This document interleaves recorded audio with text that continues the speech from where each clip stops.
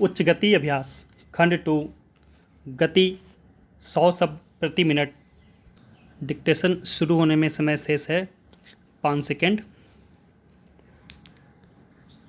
Ready start. महोदय, जन्म से ही बच्चा अनेक वस्तुओं का उपभोक्ता बन जाता है। दूध, दवाएं, साबुन, सुरमा, पाउडर, कपड़ा, बिस्तर, खिलौने इत्यादि कितनी ही चीज़ों की बच्चों को आवश्यकता पड़ती है। बहुत सी चीज़ों में होने वाली मिलावट या घटिया चीज़ें बच्चों के स्वास्थ्य को प्रभावित करती हैं। माँ के दूध के स्थान पर डिब्बे का दूध, मिलावटी दवाएं, नुकसानदेह साबुन, पाउडर, काजल इत्यादि बच्चों में नाना बीमारियों को उत्पन्न करते हैं। यहीं से बाल उपभोक्ताओं के रूप में बच्चों की शारीरिक क्षति प्रारंभ हो जाती है। बच्चे ज्यों ही चलना सीखते हैं, उनके कदम टॉफ़ी, आइसक्रीम, इमली, चूरन इत्यादि खरीदने के लिए घर से बाहर निकलने लगते हैं। ये बाल उपभोक्ता अपने भले बुरे का ज्ञान नहीं रखते हैं, इसीलिए ये बच्चे एक ओर मिलावट युक्त खाद्य पदार्थ खाकर बीमारियों से ग्रसित हो जाते हैं, तो दूसरी ओर पैसे की बर्बादी करते हैं। स्वभाव से बच्चे जिद्दी होते हैं। वे जिस चीज़ को उसी को खरीदने की मांग करने लगते हैं। कोई भी फेरी वाला, ठेले वाला घर के आगे से गुजरते ही वे उस वस्तु को खरीदने की जिद करने लगते हैं, भले ही वह वस्तु उनके मतलब की हो या नहीं। फेरी वाले भी बच्चों का मनोविज्ञान जानते हैं। जिस घर में उन्हें बच्चों की उपस्थिति का आभास होता है, उसके आसपास देर तक खड़े होकर आवाज़ लगाते रहते हैं। बिक्री के संकेत के रूप में घंटी आदि बजाते रहते हैं। इन आवाज़ों को सुनकर बच्चे सहज ही घर के बाहर आकर वस्तु खरीदने की जिद स्वजनों से करने लगते हैं। अनेक बार तो जब घर के लोग बच्चों की मांग को पूरा नहीं करते हैं, तो वे दूसरों से चीज़ दिलाने के लिए रिरियाने लगते हैं। यहीं से उनमें मांगने की आदत विकसित होती है और वे बेशर्म बन जाते हैं। मेलों, ठेलों या हाट बाज़ारों में बच्चे प्रायः हर वस्तु खरीदने की इच्छा जाहिर करते हैं। कभी कभी तो वे फैल भी जाते हैं। ऐसे में मजबूर होकर अभिभावकों को शर्म के कारण वस्तु दिलानी पड़ती है।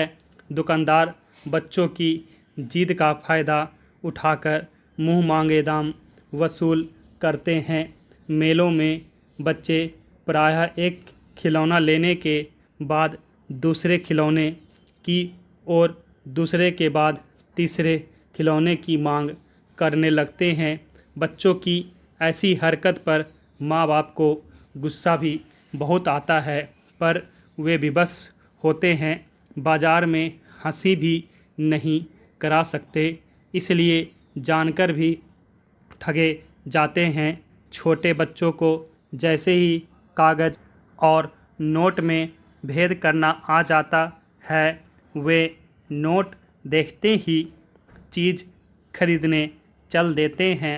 आइसक्रीम, बुढ़िया के बाल या चूरन इमली वाले की आवाज़ सुनते ही पैसे या नोट लेकर दरवाजे के बाहर आ जाते हैं।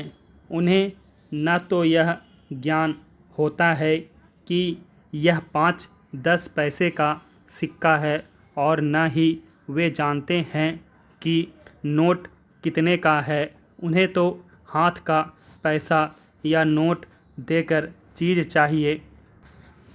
महोदय, श्रीमती नीरा आयरन ने बताया कि उनका बेटा बंटी फेरी वाले की आवाज़ सुनते ही रोने और मचलने लगता है।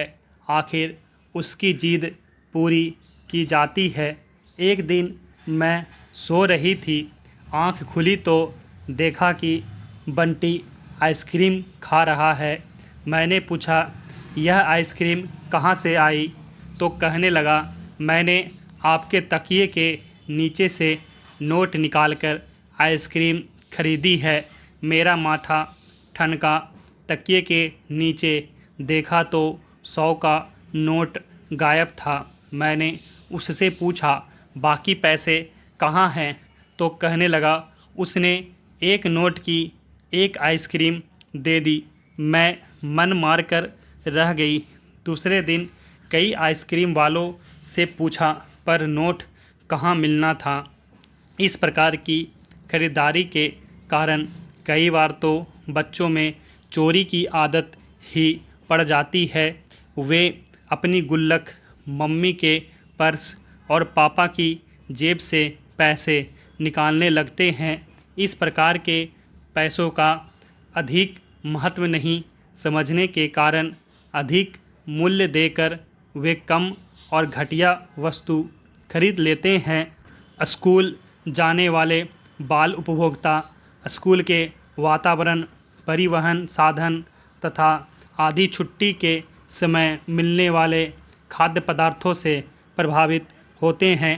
स्कूल में पूरी फीस देने के बाद भी यदि बच्चों को हवा, प्रकाश, जन प्रसाधन और स्वच्छ वातावरण नहीं मिलता है तो वे स्वाभाविक ही शोषण के शिकार बन जाते हैं।